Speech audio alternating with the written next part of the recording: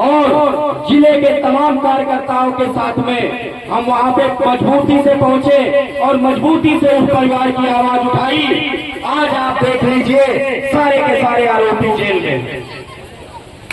उसमें भीम आर्मी के लोगों पे मुकदमे भी लिखे गए। हम लोगों को डराया गया कि तुम पे मुकदमा लिख देंगे, तुम्हें जेल भेज देंगे।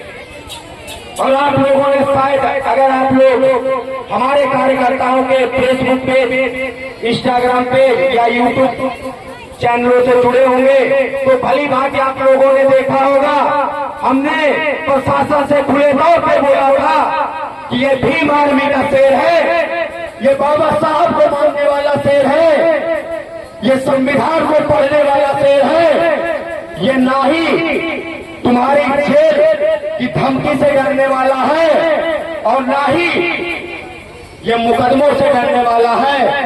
और ये आप सोच लीजिए, जो भीम आर्मी वाले हैं, ये जो नीला गमछा डाल के चलते हैं, इसी को अपना अपनापन समझते हैं। और जिस दिन मैं बिक गया, जिस दिन अपने समाज को मैंने बेचने का काम किया, अपने समाज की दलाली खाने का काम किया, उस दिन से मैं आप लोगों के बीच में बोलने नहीं आऊंगा कभी भी। कोई भी एक हरदोई जिले के अंदर 50 कार्य करवाए होंगे, जहाँ पे भी हमारे भाइयों बहनों को प्रताड़ित किया गया होगा, वहाँ पे भीम आर्मी के लोग पहुंचे होंगे और एक भी व्यक्ति कह दे कि भीम आर्मी वालों के लिए हमने 1 रुपये खर्च किया है या 1 रुपया भीम आर्मी वालों ने लिया है, तो मैं उसी दिन से अपने पद का त्याग कर दूंगा। और आप लोग देख रहे होंगे कि हमारे समाज के लोग संसद में नहीं बैठे हैं, कि हमारे समाज के लोग विधानसभा में नहीं बैठे हैं, अच्छे अच्छे पदों पर बैठे हैं। किसकी बदौलत? सिर्फ हमारे भारतीय संविधान की बदौलत। वरना आज या तो तुम छोटे चिल रहे होते और या तो तुम किसी की नाली साफ कर रहे होते, या तुम उत्थानवादी ताकतों के गुलाम होते। ये सिर्फ बाबा साहब के संविधान की बदौलत आज तुम अच्छे से अच्छे पदों पर बैठे हो और अच्छे से अच्छी गाड़ियों में घूमते हो और अच्छे से अच्छे मकानों में घूमते हो, अच्छा खासा रहन सहन है। तो ये किसी की मेहरबानी नहीं, हमारे बहुजन समाज में जन्मे बाबा साहब की संविधान की बदौलत आज हम बोल पा रहे हैं और आप लोग अच्छे से सुन पा रहे हैं। और मैं देखता हूं कि आज यहाँ पे बुद्ध कथा हो रही है, आज आप लोगों को समझाया जाता है और कल को वही हमारी माताएं बहनें नौ दुर्गा व्रत रहती हैं, वही हमारे भाई कांवड़ उठा के चल देते हैं। तो आप लोग ये याद रखिए कि आपका भला मंदिर जाने से नहीं होगा, आपका भला और आपके बच्चों का भला स्कूल जाने से होगा। और बाबा साहब ने बोला था कि जिस दिन ये पाखंड शालाओं की तरफ पढ़ने वाली भीड़ जिस दिन विद्यालयों की तरफ पढ़ने लगी, उस दिन हमारे देश को सोने की चिड़िया बनने से कोई नहीं रोक सकता। और आज लोग कहते हैं कि भाई चंद्रशेखर या बहन कुमारी मायावती या हमारे जो भी दलित समाज के नेता है, वो लोग जातिवाद फैलाते हैं। तो उन लोगों के लिए मैं बोलना चाहूंगा, बिना कारण कोई किसी के विरुद्ध नहीं होता, बिना कारण कोई किसी के विरुद्ध नहीं होता और कोई जात से अशुद्ध नहीं होता। बिना कारण कोई किसी के विरुद्ध नहीं होता और जात से कोई अशुद्ध नहीं होता।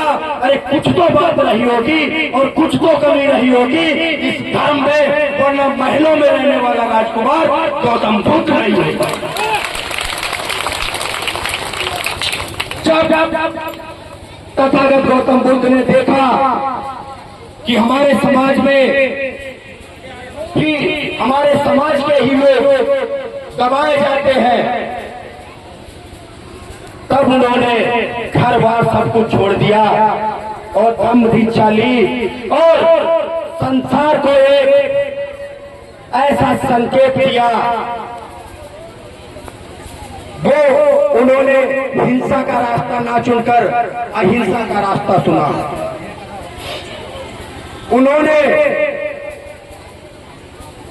सारा कुछ छोड़कर समाज को उस तरीके से देखा, जात पात का भेद मिटाने की कोशिश की और उन्हीं के पद चिन्हों पे चल करके बोध बाबा साहब ने हमारे लिए जो संविधान तैयार किया है उसमें भी उन्होंने जात पात को दर्जा नहीं दिया, हर किसी को समान अधिकार दिए।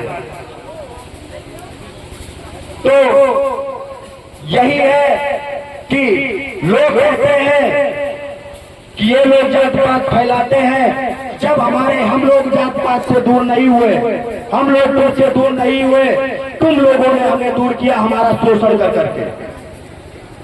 और जो लोग आज बोलते हैं कि हम संविधान खत्म कर देंगे, तो उन लोगों को मैं दो पंक्तियां बोलना चाहूंगा, उसके बाद में मैं अपनी वाणी को खत्म करना चाहूंगा, क्योंकि हमारी धर्म प्रचारक बहन और उनके साथी कथा को रोक करके उन्होंने हमें समय दिया है।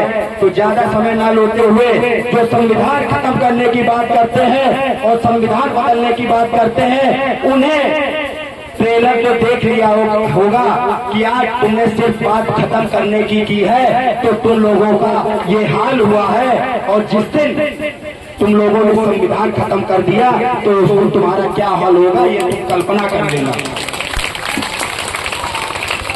और हमारे बहुजन समाज के लोग बाबा साहब का और संविधान का सम्मान करते हैं, इसलिए वो तथागत गौतम बुद्ध के अनुयायी है, बाबा साहब के अनुयायी है, इसलिए वो हिंसात्मक नहीं होते हैं। वरना जिस दिन संविधान खत्म हुआ उस दिन तुम लोगों को छोड़ने की जगह नहीं मिलेगी। तो दो पंक्तियों के साथ में मैं बात को खत्म करना चाहूंगा कि मुट्ठी भर लोग ज्योतिबा फुले बाबा साहब पेरियार लाल यादव के विचारों को मिटाना चाहते हैं। अरे मुट्ठी भर लोग ज्योतिबा फुले बाबा साहब पेरियार लाल यादव के विचारों को मिटाना चाहते हैं। अरे नादान है वो चोटिया जो समंदर को सुखाना चाहते हैं। तो आप लोगों ने खूब देखा होगा जब ये बात कही गई थी तो चंद्रशेखर भाई ने खुले मन से कहा था कि जिस दिन तुम बात संविधान खत्म करने की करते हो, जिस दिन तुम उसकी तरफ आंख उठाओगे तो हमारे बहुजन समाज के लोग इतिहास ही नहीं भूगोल भी बदल देंगे, ये याद रखिएगा। इसी के साथ में बाबा साहब का जयकारा लगाते हैं और उसके बाद में अपनी बात को खत्म करते हैं। बाबा साहब, बाबा साहब, बाबा साहब,